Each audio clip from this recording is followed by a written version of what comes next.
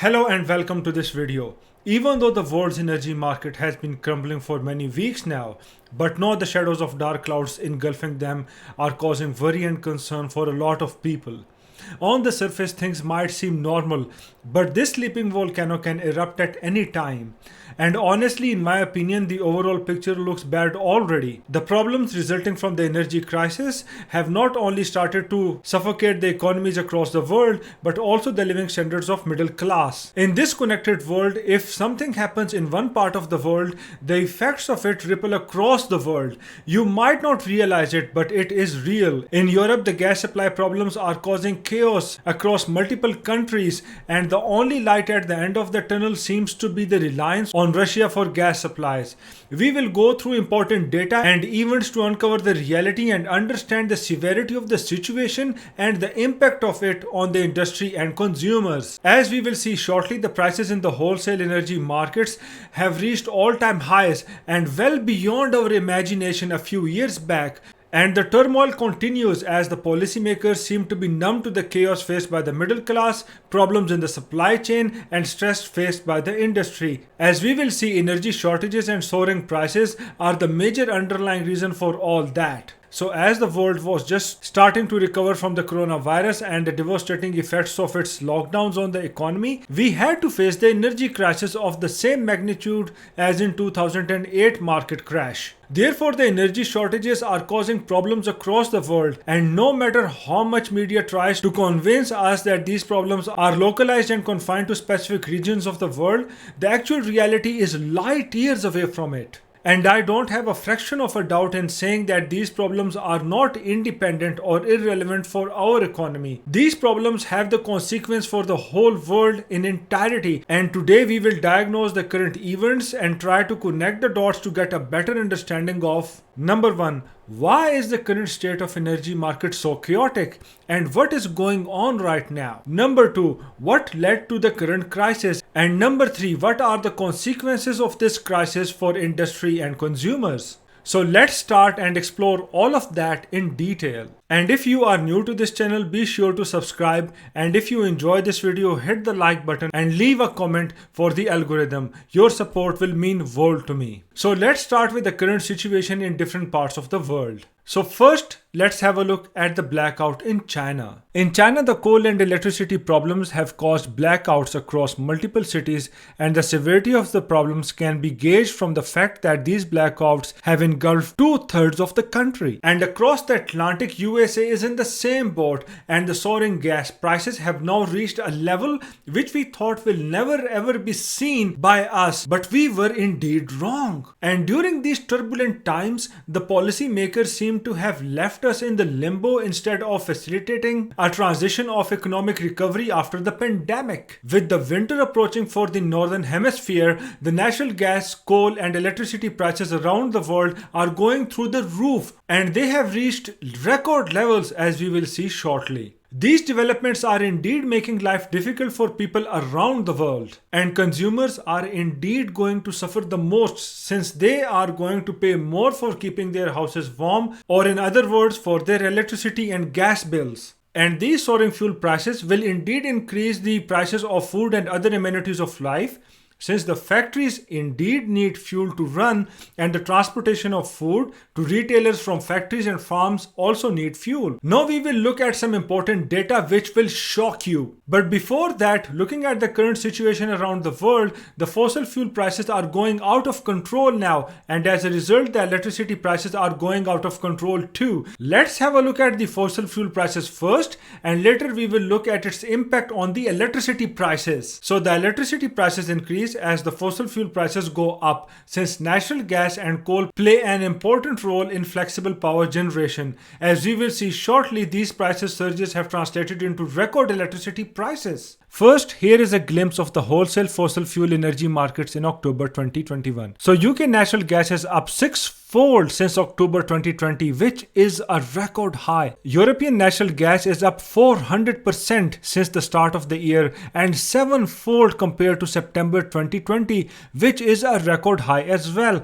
The US natural gas has doubled since April 2021, which is higher than any time since 2008. Asian liquid natural gas is at record highs too, and the Chinese coal has doubled since April 2021, more than twice the level reached in the last 5 years, which is again a record high. And Brent crude oil is up 30% since April 2021, which is the highest since April 2019. And now let's have a look at the way surging fossil fuel prices have translated into electricity prices. In Germany, France and UK, the wholesale electricity prices reached record highs in September and again in October 2021. The Japanese electricity prices hit record highs in January, and in October they continued climbing back towards similar levels. And in China, power generators face cap on their prices they can charge. This has meant many coal-fired power stations simply stopped generating rather than continuing operation at a loss. And now we understand the real reason behind the blackouts in 2/3 of China. Before we proceed to the next part of the video, if you are new to this channel, please be sure to subscribe, and if you enjoyed the video, hit the like button and leave a comment for the algorithm. I will be grateful for your support. And now let's try to understand what led to the current crisis. There are a lot of factors at play here, including a combination of post-pandemic recovery, the extreme weather, and most of all, turbulent geopolitics. Also, the fear of shortages and overall uncertainty has also been a major factor in the current spikes. So all these factors played a role in the current crisis. But most important of all is the failure of policymakers who failed to effectively manage the challenging transition from fossil fuels to clean energy. Yes, religious attachment to the transition to clean energy is fine, but then they had to play their part in effectively managing the transition too, which they didn't, and the consequences are in front of us. For those of you who are new to this channel, I am Dr. Subail Khan from Subail.com, and on this channel, my endeavor is to help you in making your money work harder, smarter, and in long term. Many unfortunate events are also worth mentioning here, which also contributed with their fair share to the crisis. They include cold weather in Japan, China and South set 2021 off to a bad start, with localized shortages and LNG prices hitting all-time highs. And in February, Texas was hit with one of the worst winter storms in modern history. This led to unprecedented demand for electricity and natural gas, with rolling power cuts as the weather hit Texas gas production and exports. And if that was not enough, low wind speeds across Europe from April to June slashed renewable power generation. Also, the natural gas production declined 9.3% in OECD Europe countries from 1st January to 1st July. And if that was not enough, heavy rains this autumn forced the closure of 60 local mines in the Chinese province of Shaanxi. And now let's proceed to the last part of the video, where we will explore what are the consequences of this ongoing energy crisis for industry and consumers. In September and October, China's industrial sector came to a halt due to power outages, and as a result, the factory activity went down to its lowest levels in September since lockdowns in February 2020. Goldman Sachs estimates 44% of China's industry activity has been hit by outages. In the UK, several rail freight companies were forced to switch back to diesel locomotives due to soaring electricity prices. 22 energy suppliers have ceased trading so far this year.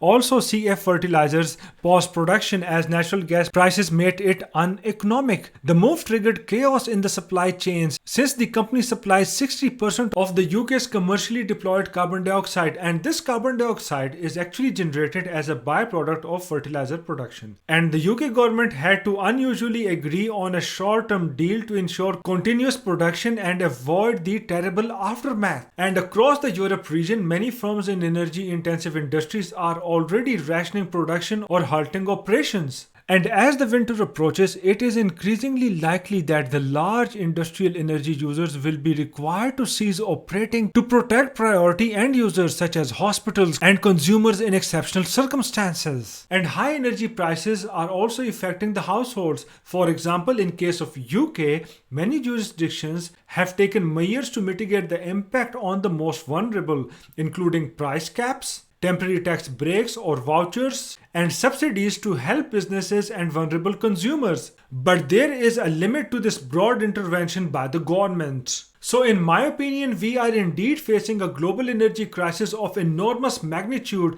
which is adversely affecting the economies across the world. I hope that you have a good idea of the holistic picture of ongoing energy crisis now and its impact on different economies across the world. Thank you, ladies and gentlemen, for your time, and I will see you in the next video. Bye.